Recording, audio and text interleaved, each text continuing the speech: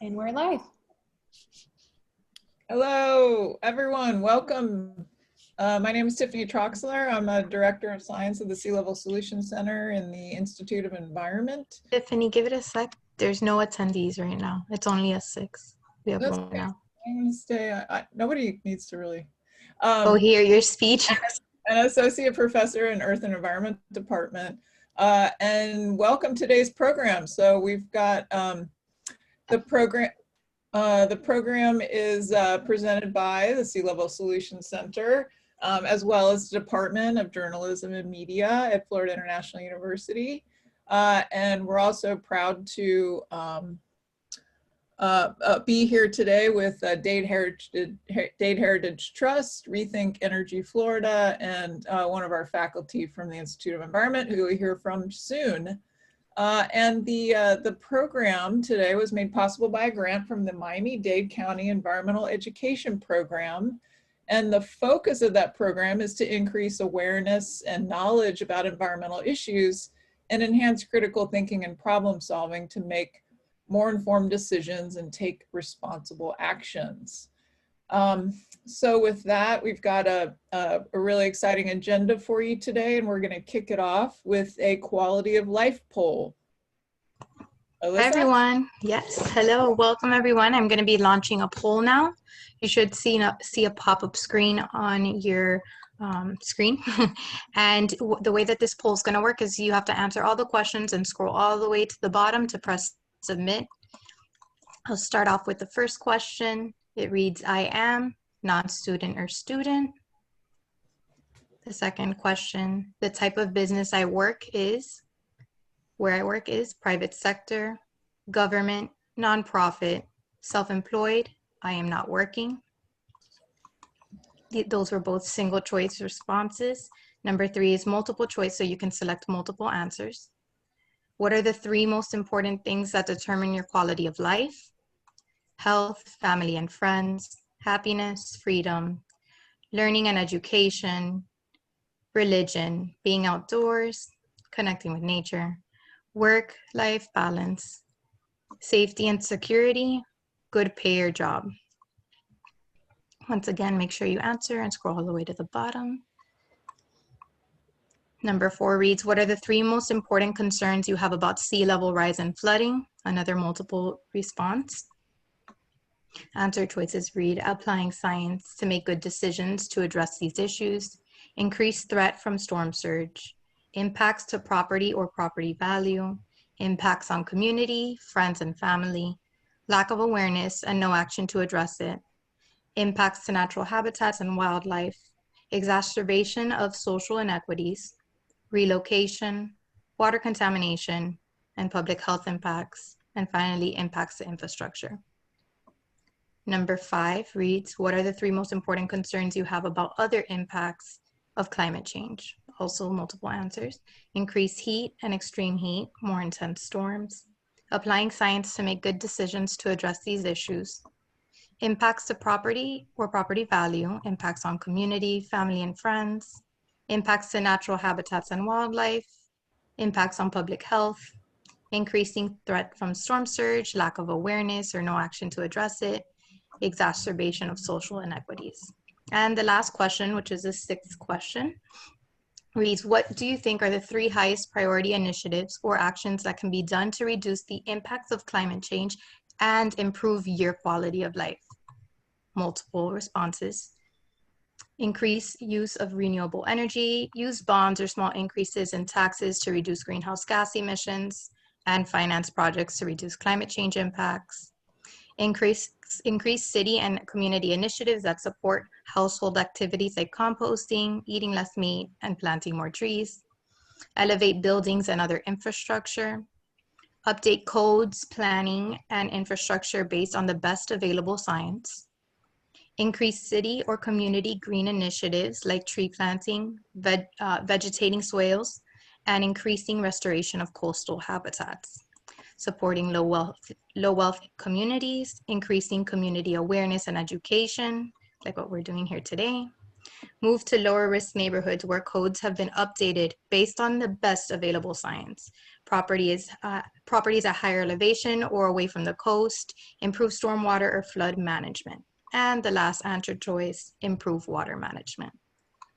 We are at 55%. I'll give you guys a few more seconds.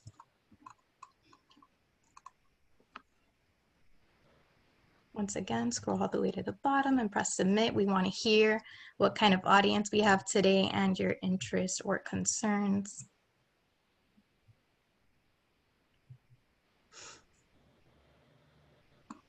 We're going to get to 75 today. I hope so. Oh, Press 72. Just a few more people to make it happen. Awesome. All right, I'm going to end the poll now. And I will share the results with everyone. So we have mostly non-students. That's awesome. The type of business, we have mostly nonprofit and also some government. Family and friends is definitely one of the most important things for this group, as well as health and being outdoors. So we got the good crowd. For number 4, the most important concerns, exacerbation of social inequities, as well as lack of awareness to address it. For number 5, we have an exacerbation of social inequities as well, and impacts on natural habitat as our top choices. And for number 6, the increase of renewable energy. I think that has a lot to do with today, and support on low wealth income communities. Thank you, everyone. I'm going to stop sharing the results. Great. So it's my pleasure to now introduce Kimberly Gerber with Rethink Energy, and she's going to speak to us about climate change and global solutions, clean energy and climate change mitigation. Thank you so much, Kimberly, for being here and joining us. Of course, thanks for having me.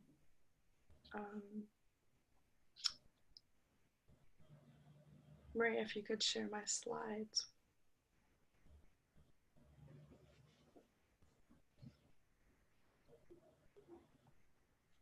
Great. So hi, everyone. I want to begin by thanking everyone for coming to this event and FIU for putting everything together. This is my first webinar as a panelist, and I'm really excited to be here. So again, my name is Kimberly Gerber, and I'm the Associate Director of Campaigns at Rethink Energy Florida. We're a nonprofit organization that works to educate, engage, and empower Floridians to take action and achieve energy independence in a healthier, more sustainable environment. And today, I'll be discussing clean energy and how that relates to urban forestry. Next slide. So when we think about the future of clean energy, we want to first think about our current energy consumption. This year, the Energy Information Agency reported that around 29% of US global warming emissions come from our electricity sector. And if we focus on Miami-Dade County alone, the electricity and transportation sectors are cumulatively responsible for 90% of greenhouse gas emissions. So that being said, to adequately address these emissions, we want to identify the source. And based on the chart on the left, provided also by the EEA, we can clearly see that Florida's net electricity generation is primarily generated by natural gas. And then next slide. So in the past decade, Florida's electric power sector has decreased its reliance on coal. Since 2008, the state has decreased its coal consumption from about 29 million tons to about 12 million tons, as coal-fired units have been replaced by natural gas-fired power plants. And while coal definitely produces more carbon emissions, the increased use of natural gas to generate electricity is pretty concerning, as it still produces high levels of carbon emissions relative to cleaner alternatives, as you can see in the chart on the right. And then next slide. So quickly, let's talk about natural gas and how it's obtained. Natural gas is a fossil energy source consisting largely of methane that's formed deep beneath the Earth's surface. It's obtained through various types of drilling, which can be categorized as conventional or unconventional. The diagram on the right explains this, or kind of depicts it. So the conventional drilling refers to the process of vertical drilling to crack the rock and release oil and gas deposits. In contrast, Unconventional drilling, also known as advanced well stimulation or fracking, refers to the process of horizontal drilling where highly pressurized water, typically mixed with sand and chemicals, is injected into the earth to crack the rock and release oil and gas deposits. And we'll discuss advanced well stimulation in more depth in the following slides, but I do quickly want to mention that there are 3 types of advanced well stimulation: hydraulic, acidic, and matrix acidizing. And then next slide. So advanced well stimulation is unconventional and widely considered to be an unsafe drilling method for various reasons. Principally, 75% of the chemicals utilized have been proven harmful to our health, and spills and leaks of these hazardous chemicals may result from any step in the drilling process. To exacerbate the issue, in the event of a spill or leak, areas beyond the localized area will be affected. In addition to this, fracking practices utilize 1 to 8 million gallons of water per frac. But despite these concerns, fracking was performed in Collier County in 2013. In response, Rethink Energy Florida and other environmental groups formed Floridians Against Fracking, a statewide coalition that demands clean, safe water for the people and their environment. And due to citizen engagement, bipartisan bills to ban fracking have been filed every year in Florida since 2016. However, these bills have been derailed during the legislative process, and in some cases, they only call for a ban of some forms of fracking while allowing others. So that means that sometimes it'll ask to ban, say, acidic and matrix acidizing, but not hydraulic. I do want to take this time to note that most of the drilling that occurs in Florida is for oil rather than natural gas. And when fracking was conducted in Collier County in 2013, it was for oil. But nonetheless, Florida's growing practice of burning natural gas for electricity emits significant amounts of carbon and subsequently contributes to climate change at large. Next slide. So in general, any type of natural gas operation, conventional or unconventional, directly impacts our public health and the environment. As it relates to our air quality, drilling operations can release harmful pollutants into the air, specifically volatile organic compounds, also known as VOCs, such as benzene, which is also a known carcinogen. In addition, as it relates to water quality, Florida's precious water resources can easily become contaminated due to spills and accidents arising from any part of the drilling process. And finally, studies have linked drilling operations to nearby earthquakes. And in 2019 alone, 9 earthquakes occurred in the Panhandle where many drilling operations are conducted. Ultimately, drilling for natural gas directly contributes to climate change and sea level rise as it releases methane directly into the atmosphere. And according to the US EPA, methane emissions from natural gas, petroleum systems, abandoned oil and natural gas wells were the source of about 32% of total US methane emissions in 2017. And next slide. So in comparison, clean energy is virtually pollution-free, inexhaustible, safe, and efficient. And when I say this, I mean that it produces little to no global warming or health-threatening pollution, is practically unlimited, has minimal impacts on the environment, public health, community, and uses the resource wisely. And while there are various types of clean energy, there are 4 primary types: solar, wind, hydroelectric, and geothermal. Next slide. So the most accessible form of clean energy for Miami-Dade residents to adopt would likely be solar. And if you're a Miami-Dade County resident and would like to offset your contribution to climate change by installing solar panels, there are various programs to assist residents and business owners in adopting solar energy. I've listed 2 of the principal resources on the right, which are the Solar United Neighbors Miami-Dade Solar Purchasing Cooperatives Program and the PACE program. And if you'd like to learn more about these programs, you can find information using the links within the slides, but also my colleague Claire Bell will include the links in the chat. And then next slide.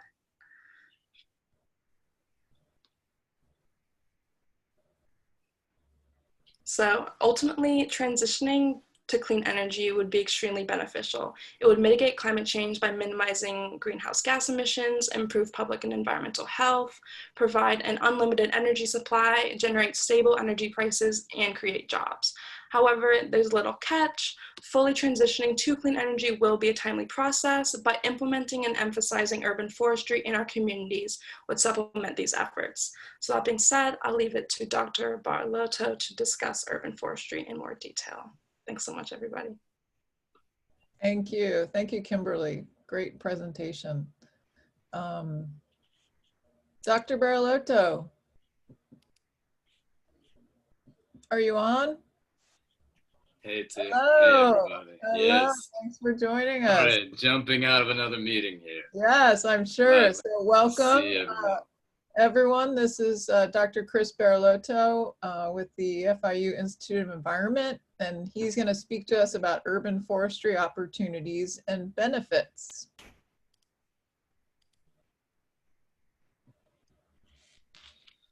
Great, and thanks for putting the slides up there. So I just threw a few slides together to talk to you a little bit about how we can be using urban trees to mitigate some of these impacts that Kimberly began to introduce to us and get a better understanding. And as scientists, you know, I studied trees in the Amazon, but I've lived here for 5 years. Part of what we're trying to do is understand how we can contribute to a community-wide discussion by working with the community to generate data sets that allow us to create data-driven solutions that feed back into these changes that we all want to see. And so our role in this is really to try to help along this process and to work together with everyone. And I'll share with you some examples of how we're trying to do that in collaboration with Chris Rupp, who's going to be talking right after me, and Data Heritage Trust. And so we formed, together with some other groups, this Miami Canopy Coalition, which is a network of NGOs, government agency workers, and scientists and students to really study what's going on in terms of the urban forests and urban trees in Miami. And we in particular, being based in Coconut Grove, have started a citizen science and student program called Grove Relief, in which we're really trying to further these efforts. Please, next slide. And so I think we all understand that urban trees are important and for different reasons. And coming into the situation, I think one of the things that I've been trying to discuss and learn in these discussions is, why are trees important to us? And why do we want to see them in the landscape? And a lot of people really want trees, especially in South Florida, for the aesthetics. We've planted a lot of ornamentals throughout town, and it's this aesthetic attraction that is very important to many of us. Others have cited the idea of pollution reduction and being able to mitigate some of this by planting vegetation and trees in particular. And others have cited wildlife attraction. Still others with whom we've discussed talk about the ethics of conserving biodiversity, both the trees in and of themselves or other associated plants like epiphytes, or the wildlife they attract. And then there are those that are more directly related to today's discussion that involve mitigating these accelerating effects of climate. And these involve stormwater control through taking up water that might be accumulating in our urban areas, buffering wind from storms, and in particular talking about shade that's created and cooling effects of not only that shade, but also of the evapotranspiration, this activity of pumping water through and cooling it through the leaves of the canopy allows a further cooling effect that buffers this urban heat island. And integral to all of that is this carbon sequestration, because ultimately the ability of trees to pull carbon out of the atmosphere also allows us to mitigate a landscape or even regional scale effect of releasing carbon dioxide into the atmosphere, which exacerbates the situation, as you can see in this image that is almost 10 years old now, showing how we've reduced the natural forests in South Florida to 4%. And much of what remains is a mixture brought in to bring aesthetics in of non-native species, some of which have become invasive. So how do we mitigate all of this? Next slide. We've formed this coalition, this network of partners to get a better idea of what's out there and to learn from each other of why is it important to have trees in our system. And you can see this image. This is with the Carrollton School's students who go out with us in the Grove and measure trees in their home. And the idea is to go out and map and measure our urban trees and identify them, learn about them, and then to leverage this data collection opportunity to measure and calculate key values, among them carbon sequestration potential and carbon storage, and the ability to cool our urban system via both shading and evapotranspiration. And so this is citizen science involving students of all ages, and we all learn from each other as we go through this system. The ultimate idea is to take these individual measures that we make out in our city and be able to scale them up so we can say something at a larger scale using these remote sensed images about the ability of different species of trees in different areas to mitigate some of these impacts about which we're so concerned. Next slide, please.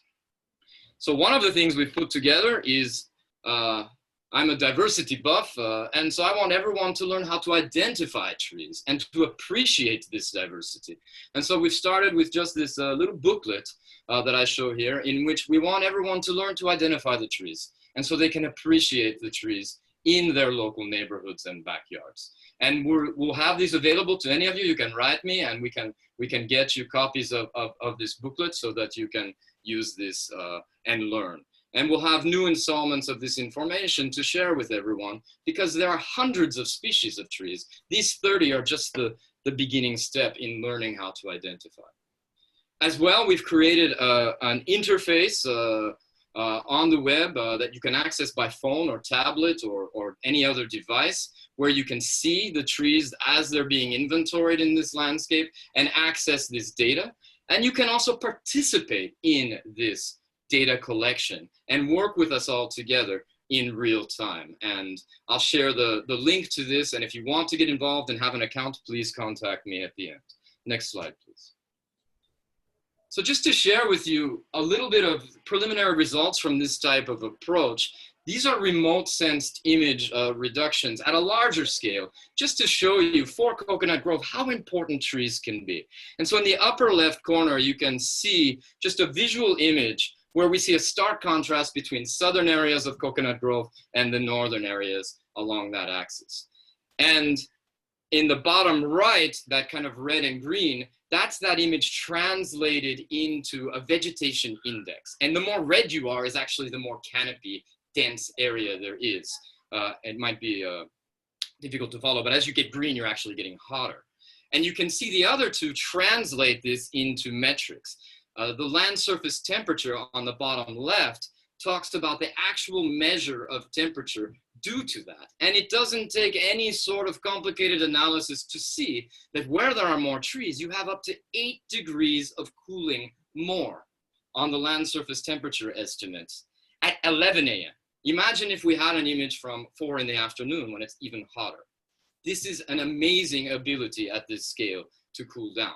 And part of that in the upper right is due to this evapotranspiration, this amazing power of these trees to pull water up out of the soil and cool through the air. And that's why even in a larger neighborhood where you have more trees, you have a synergistic effect of having multiple trees above and beyond the individual trees. So in general, trees are important. Next slide. But if we look at our individual inventories, these are all the trees along Grand Avenue that we've inventoried this year with students and citizens involved. And each color is a different species. And of the 800 trees, we have already more than 80 species. You can walk down Grand Avenue and take a course in tropical botany with us. It's amazing, and we should all appreciate this. But what we should appreciate even more, looking at the size of these symbols, is the ability of these trees to capture carbon from the atmosphere. And as they get larger as well, they have a larger potential to reduce temperature. Each individual tree being able to reduce the temperature, we estimate in rough calculations, by a few degrees underneath. And we can all feel that as we work together. And then at an integrated scale, as we just saw, that cools even further because there are neighborhood effects involved here. Next slide, please. And so we'd all like to work together to further this endeavor so that we can all learn from one another a little bit more about why trees are important, how to identify trees, how to do a little bit of data collection, and how to contribute to changes. And as I transition to let Chris Rupp talk, I think one of the important messages behind this is that all trees are not the same. And as we learn more and more, we cannot have a policy in which we replace one large tree with several small ones of perhaps a different species. We need to have a quantifiable estimate to mitigate development that proposes to remove trees from these neighborhoods, that really takes into account quantitatively their effects in mitigating global changes. Thank you very much, and feel free to contact me if you want more information. Fantastic. Thank you so much, Chris. Now let's go to Chris Rupp. So thank you so much with Data Heritage Trust. She's going to speak to us about advocating for trees in urban Miami. Thank you, Chris. Maria, should I share my screen? Do you want me to share my screen, Alyssa? Up to you, truly. Okay, I got it. Okay. So pretty much what you know, you guys have talked about, I can tell you that we want to look at the advocacy side though, and actually making change from a policy standpoint. So when you know, listening to Kimberly and all the good work that you're doing, which, you know, a lot of it is science, some of it is just common sense, but until it gets to the policy side and until these alternative energies are actually mandated by our decision makers, what happens, right? So, you know, I mean, my first thought was during your presentation is, why does the Miami-Dade County mandate a certain that you have? It has to be solar, it has to be alternative energy. I mean, this is where we start making effective change. And so understanding the necessity here in Miami-Dade County to save our tree canopy because of the loss, I got involved. Dade Heritage Trust has been around since 1972, and our mission is to preserve Miami-Dade County's architectural, environmental, and cultural heritage through education and advocacy. So we received a grant from the Miami Foundation to create the Miami Canopy Coalition. And it's purely an advocacy initiative from Dade Heritage Trust, where, as Chris said, we've put together a nice partnership to try to affect policy changes within the city of Miami first, and then we'll go countywide. We'll see how successful we are within the city. So with that grant money, we hired 2 attorneys, one who is well-versed in environmental law, and another who was a former employee of the city and a policy strategist for one of the commissioners. So she knows how the city of Miami operates inside and out. And then we have our environmental law attorney, and then we hired a certified arborist and who deems himself like an arborist and an economist, looking at the financial benefits of tree canopy. So some of the things that we've been working on is, as Chris is doing with the Carrollton girls, we've created a program called Miami Urban Tree Trackers. And here there's a visual of our education program with kids in Simpson Park, measuring trees, talking about the benefits of trees, natural habitat in Simpson Park.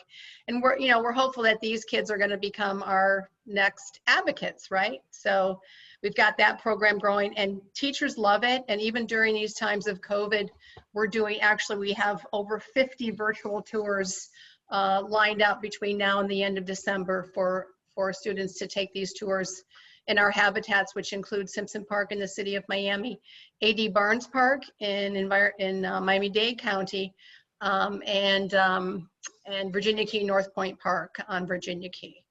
So, what happened to my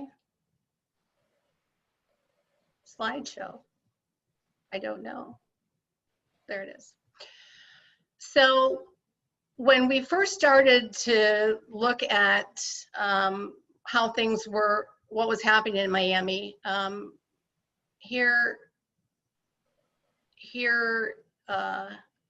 some images. These are all the people that have partnered with us. I see I started the slideshow backwards. Sorry about that. So we've got a great team of partners who are well known in Miami and who are well versed in environmental issues.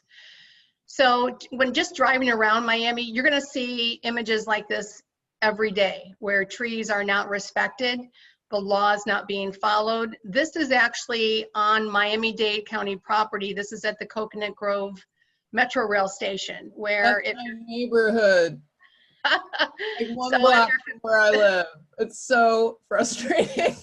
So, you know, there's supposed to be a tree protection zone around these significant trees on any construction site. The thing that really got me going on this is, I don't know if any of you, I take the Metro Rail, I use transit, and at the Douglas Road Metro Rail Station, Miami-Dade County slaughtered over 80 trees to make way for the new construction there. And if you look at that parking lot now, or where the bus pickup is, there's not one tree at that Metro Rail Station right now, not one tree.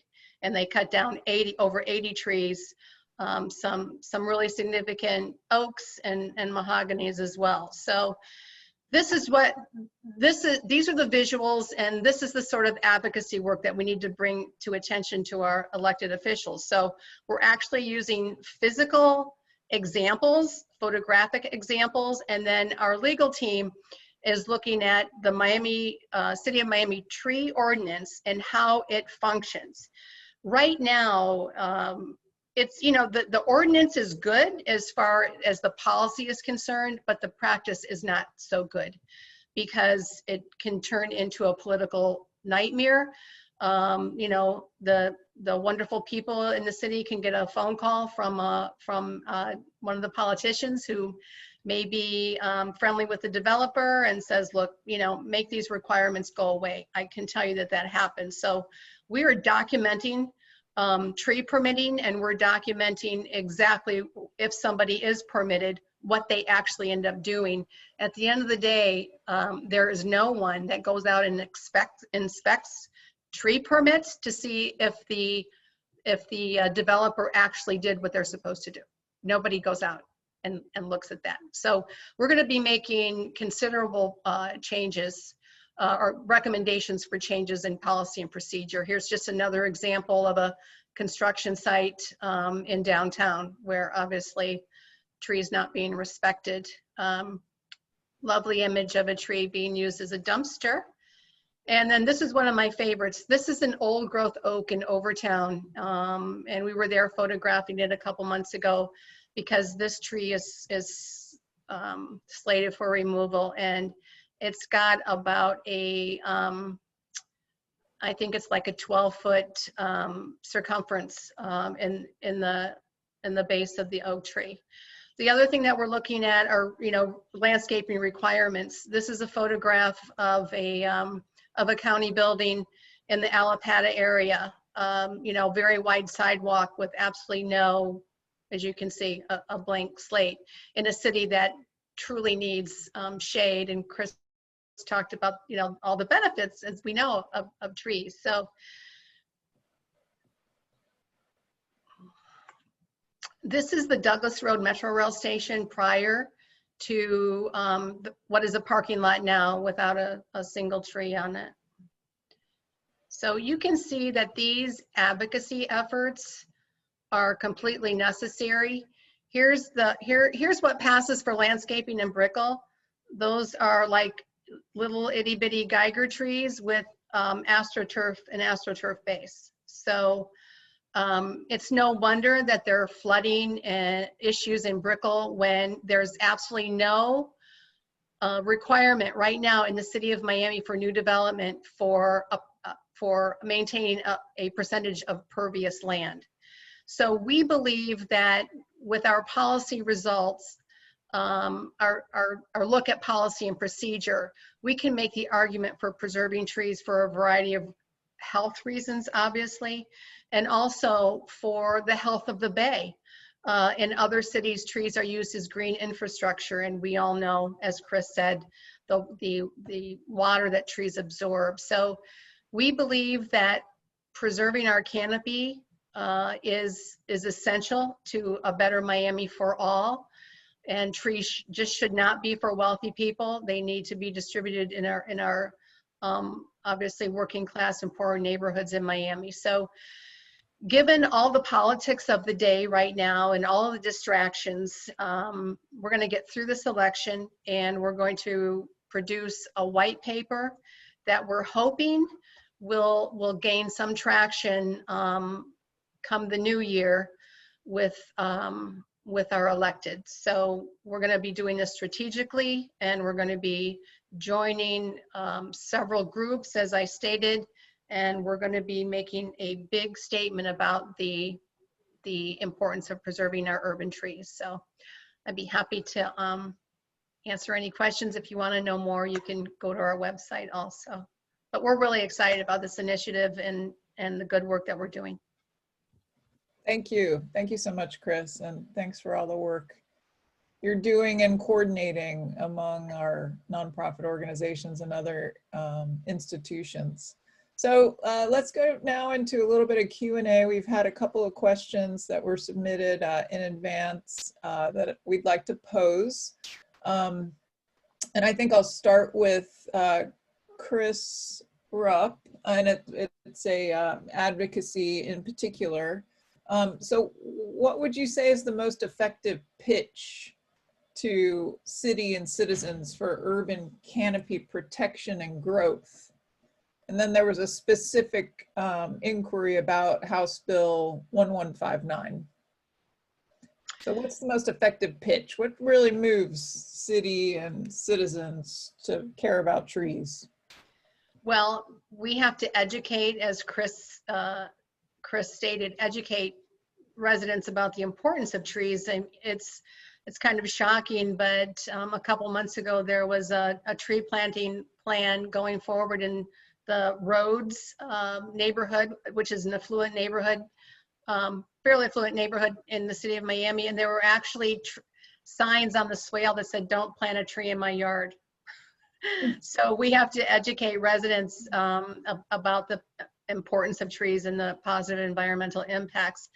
I think as far as an advocacy and policy advantage in reaching out to the electeds, it's got to be, I think, about health and social inequity, and pointing out to them that trees are of great benefit when it comes to these issues, and that their residents, deserve a healthy tree canopy as well. And we'll see where that goes. This is a very tough time politically in our, not just federally, but locally right now, because of the effects of COVID and the dramatic financial impact on our communities. So getting their attention to save trees is gonna require some thought about how we go about doing it. But certainly we have to have the voice of the community, the communities, Miami's diverse communities behind us. Kimberly or Chris, did you want to offer any follow-up thoughts on that? We have a couple more questions we'll direct to you, but just in case you wanted to add a comment. I would just say that we can make an economic argument as well once we collect some data. I think that there are benefits and there's a market for carbon, even for urban trees. I think that there is a cooling benefit that we can quantify and saves our politicians money. And I think it's very important that everyone in the community be aware not only of their own perceptions, but also that those perceptions can be quantified to construct very solid arguments. And that as a collective community, that voice needs to be heard by our leaders. Super, thank you. Kimberly, I've got a question for you. So what is the role of shade trees in reducing air conditioning costs? So getting climate adaptation and mitigation benefits at the same time, and co-benefits. Yeah, I don't know if I could answer this as well as say Dr. Bellotto could. But I think that would just say that trees and vegetation do lower surface and air temperatures by providing shade and through evapotranspiration, and that shaded surfaces, they may be cooler than the peak temperatures of unshaded materials, and that evapotranspiration in combination with shading can help reduce peak summer temperatures and then subsequently reduce AC. Yeah, fantastic. Chris, do you guys want to add anything to that? No, yeah, see? 2 thumbs up, Kimberly. Thank you. So who wants to tell us a little bit about what Miami-Dade County has done in terms of mapping trees? Go ahead, Chris. Okay. Yeah. So I know that the county is in the process, I believe, of updating their tree canopy analysis, which was done several years ago. They've hired a team from FIU and UF, the same team that performed the canopy analysis, and this was, I think, pre-Irma and pre-obviously additional development. So I don't know where they're at in their process. I've not been updated, but I know that's actively happening. I know it was funded. Mm-hmm. Chris, do you have any other info about tree I mapping? would just point out that, there's 2 ways we can map. We can map from below and we can map from above. And I think we need to integrate the 2 approaches. And so the approaches that have been used to date have really been from above, in which we take satellite imagery and we try to delineate an overall cover. And we can also glean the density of that cover from space. But it's very difficult to relate that to individual trees so that we can make tree-based management decisions. Where to plant what trees, how individual trees are doing, and have we lost individual trees when they're covered by the skin of other trees. And therefore, we're trying to work to integrate this approach with ground-based inventories, which require a lot more effort. And this is where we need people to enlist as citizen scientists to help. And I think that the county is beginning to look at an integration of this. The city is very interested in it. But these things cost money, and so it's up to us to do it. And we can all do it together and learn from one another while we're doing it. Super. Great. Okay, how about another question? So Chris, how do you calculate carbon sequestration and cooling potential from tree measurements? Well, you make a lot of assumptions to begin with. And so we're trying to refine those assumptions. But in general, carbon we're a little bit better at, I think, because we can estimate the volume of wood in a tree relatively well from some of these very simple measurements we take with students and interested citizens. And so that's not bad. What we don't understand is what's going on below ground. And sometimes we don't understand how our simple measurements translate. But there are new technologies. We can do laser scans that give us a 3D volume of a tree. And we can use ground penetrating radar that a lot of tree companies use to even get a picture of what the root system looks like below ground. And that latter is very important when we're thinking about cooling, because the cooling effect of an individual tree depends a lot on this evapotranspiration. And the same tree species of the same size might have a very different evapotranspirative effect if it wasn't well planted with a nice hole and if it hasn't been well maintained. And so these trees that are cracking up all the sidewalks in our streets are probably not doing as much evapotranspirative cooling as they could have had they been planted properly.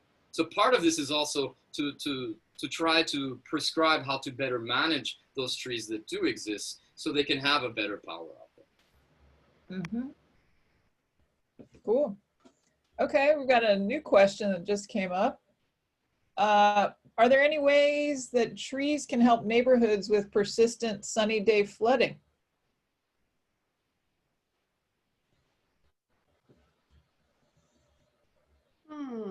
Anyone want to take a stab at that? Can someone define persistent sunny day flooding? Well, I think what's meant is just, recurring sunny day flooding. So when we have the higher high tides of the year, we can see flooding associated with tidal events in some neighborhoods. Certainly.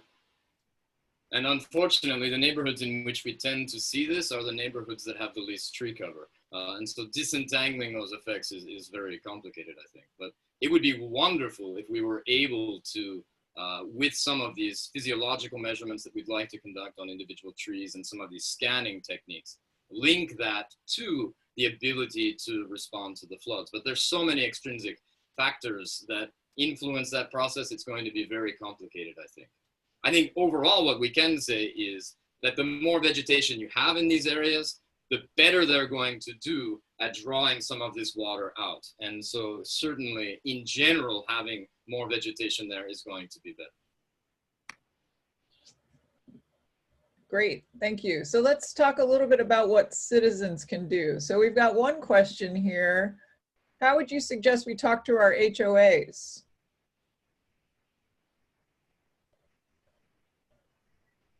Chris, Rupp, you want to take that one? Oh, you're on mute. Okay.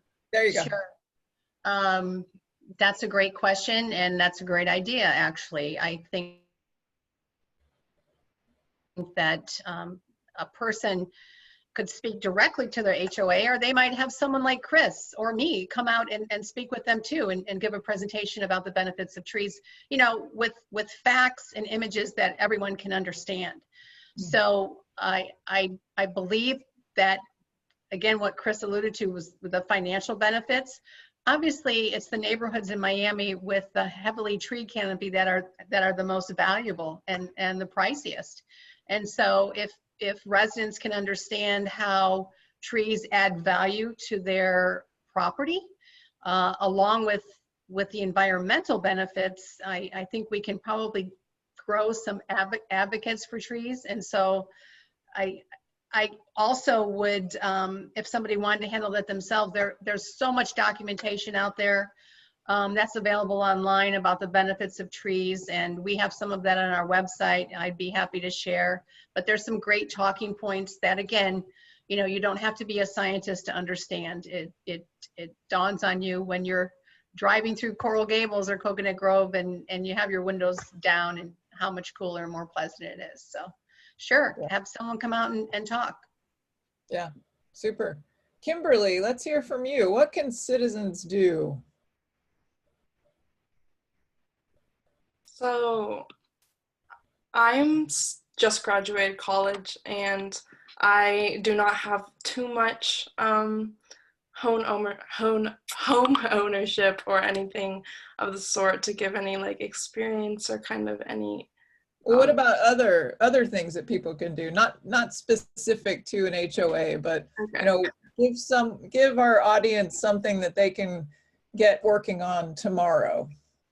For sure. Well, I do think that while doing some research, that planting trees, planting little plants, doing some gardening activities and stuff like that, that's very, it seems pretty minimal, but honestly, it does do a lot. One, for our mental health and our the beauty of our homes, but also for the environment and for our ecosystems. So I would suggest doing that. And then also just Christine's PowerPoint showed a lot of different examples of how we can disturb our trees, like with the signs, just leaning on them. So I would definitely just say, respect our surroundings, do what you can. And if you see something like that, definitely try to fix it. Mm-hmm. Great. Okay, super. And just one last quick question. One of our attendees asked if there are any prohibitions to simply go out there and plant trees. Anyone You mean on an organized level, or individually? No, plant whatever you want, wherever you want. It's all good. On an organized level, you know, there are tree giveaways, certainly, by Million Trees Miami, a nice organization in town. There are, you know, the city of Miami, through its tree ordinance, has trees that are protected, trees that are not protected. So it's always best to plant a tree that you know in the future won't be cut down because it's deemed an invasive or a non-native species. So I would check certainly with your municipality to see what's on their list of accepted tree species to plant. But yeah, in my mind, understanding the city of Miami and all of Miami-Dade County, actually, I think that along with people planting trees in their yard, a system of planting street trees is very, very important, because it's really the street trees that you know, that benefit everybody who travels down any particular road. So we're advocating for a complete tree planting plan for the city. I know they're doing it in some spots, but it's, you know, it's a no-brainer that you would plant as many trees as you can, and know that you'll be able to properly care for them, to minimize all of the negative effects of not having any tree canopy. Well, Chris, you would say though that people should plant trees on their own properties, not on other people's properties or in properties that are public, unless they work that out with their the property owners. Yeah, I'm not advocating going rogue. So Good. yes, Thank you. Just wanted to clarify that. plant trees on your own property. Yeah. Okay. Thanks. But I would also add, if you're At going least to in the plant a daylight. tree, At least during the day. everyone thinks that by planting a tree, they're doing a great thing. And in many cases, that's true. But plant the appropriate species in the appropriate place and plant it well, especially in the soils of South Florida. If you think you're done digging your hole, you are not. And if you're planting a tree, most people plant a hole similar to the size of the seedling they're planting. And that's not good enough. And that's what leads to trees falling over in windstorms and not giving us the eco benefits they should. And so if you need any help, reach out. We're happy to help with advice on which species, where, and even to help you dig the holes. We want to get more trees out there. We want to help. On public lands, there's a great organization called Tremendous Miami that goes on to public lands and works as a group, and you can learn how to plant the right trees in the right place with them. And I encourage everyone to work with them. Chris, did you say that you would help us dig the holes? If it's for the right tree in the right place, I'd be happy to. So you've got a Johnson bar or that you're willing to use? A digging bar, and also another trick for the limestone is muriatic acid the night before. Let's talk about that offline. It dissolves out. Okay, yeah, all right. So let's go to how did we do poll? Who's got our how did we do poll? This has been a great conversation, so it's been really interesting. So let's go ahead and launch this poll. We want to know what you have to say about this. Give me 1 second to prompt the poll.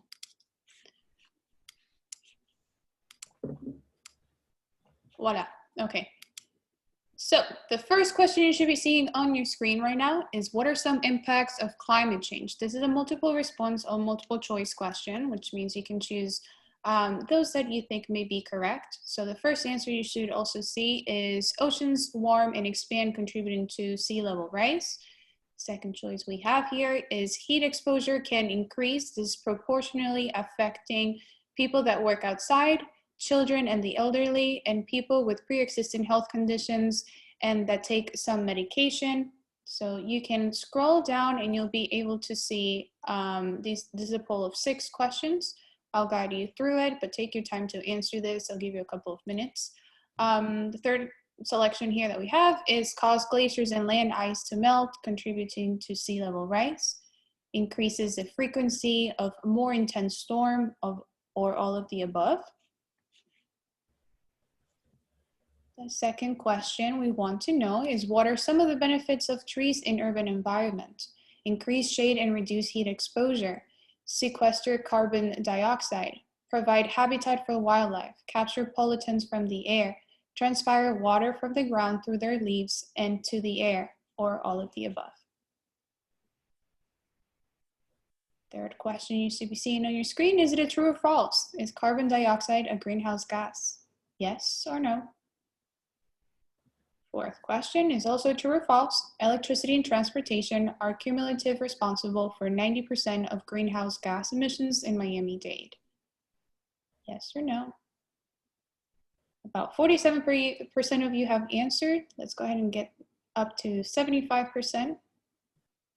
So what are the 4 primary types of clean energy, essentially renewable energy? Solar, wind, hydroelectric, geothermal, or all of the above? And the last question you should be seeing on your screen is, what are some of the benefits of clean energy? This is also multiple choice. Mitigates climate change by minimizing greenhouse gas emissions, improve both public and environmental health, provide unlimited energy supply, generate stable energy prices, and create jobs. Again, this is a multiple choice, so select those that are right to you.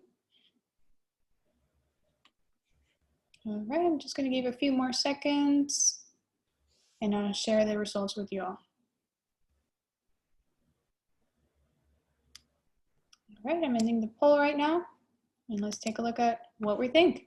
So what are some of the impacts of climate change? Is a multiple choice. So yes, indeed, are all of the above.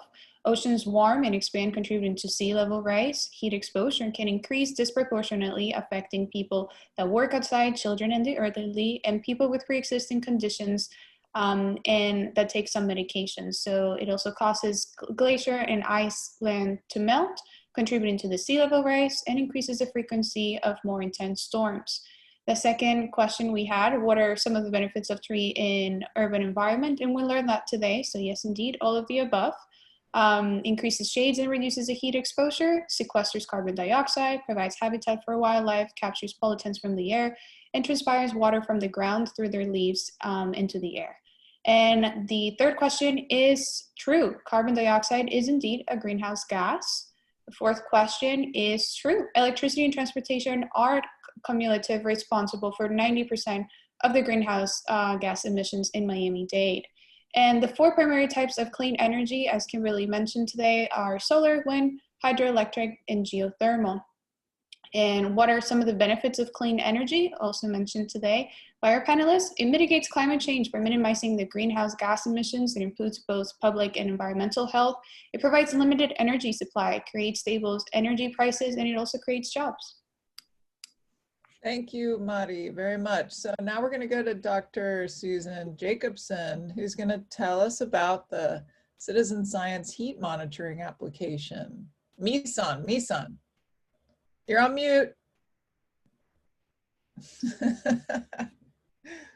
Unmute. Okay, sorry about that. Okay. Hi, everyone. My name is Susan Jacobson. I'm an associate professor in the Department of Journalism and Media at Florida International University. I'm here to talk to you about another citizen science opportunity, much related to the tree canopy research, but from a different angle that I have been working on with the Sea Level Solution Center in Catalyst, Miami for the last couple of years. We call this Miami Shade. And what we do is we ask citizen scientists to go into their neighborhoods and place these little eye button, these little silver things, they're about the size of a nickel, in location. Susan, sorry to interrupt. Could you just share your Miami Shade slide? We can see the flooding in the background. Oh, you don't see the slide? It's not, I mean, kind of. Full screen. Okay. Possible. Sure. Sorry about that. That's better. And so if we scan this QR code with our mobile device, we can access the website? If you scan this QR code, you can access the website. Okay. Okay, yeah, all right. So, yes, so what we do is we ask citizens to go out and collect and place these little eye buttons around town. And they're about the size of a nickel, and you can place them on a bus stop, you can place them in the park. And what they do is they just sit there and they collect temperature data for up to 3 months. And then we take this data and then we map it onto a map to see how the temperature differentiates from different neighborhoods in Miami. And a lot of times that is probably related to tree canopy. So if you're interested in participating, you can scan this QR code. I'm gonna stop sharing this part of it. And I'm gonna show you the website. So our website is called MISON, Miami Environmental Science Action Network, and it's at mison.miami. And we have all of our projects and webinars here. We have all of our events listed here. One of the things that we have here is we have our sign-up form, and we have information on the Miami Shade project that we have done. And so this map is one of the maps that shows where we planted eye-button temperature sensors. And these little dots represent the highest average high temperature from June to September around Miami-Dade County. As you can see, some of them got quite high, up to 103, 104 degrees. And if you click one of these things, you can see where they were posted. And so a lot of times you'll find that they were posted on bus stops, which is unfortunate because that's what a lot of people use. So if you're interested, please do come to mison.miami. You can scan this QR code. It will take you to the sign-up form. We would love to have your participation. Thank you so much. Thank you, Susan. And one last thing. So I want to thank our panelists. Wonderful, such a great conversation, and I wish we had much longer to talk, but we've got to close, and we're going to do a quick, here's a QR code that you can scan if you'd like to join one of our citizen science events. And if you hang on for one more minute, we're going to issue a satisfaction survey. And thanks everyone for joining us today. Are you going to show the poll, Alyssa? Oh, there we go. Here it is. Yeah. How would you rate today's webinar? Would you give us a high 5? Or do you think it's terrible and a waste of time?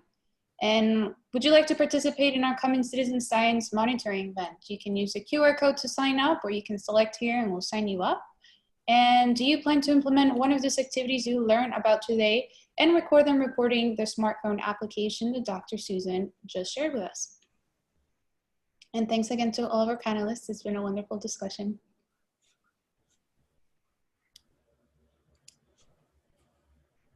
Thanks for having us.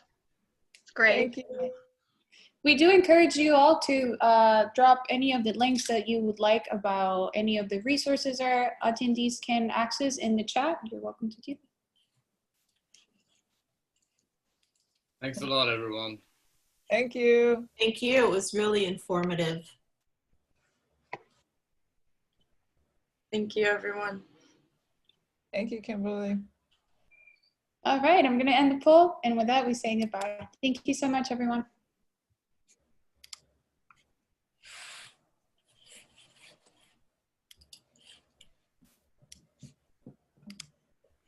Okay.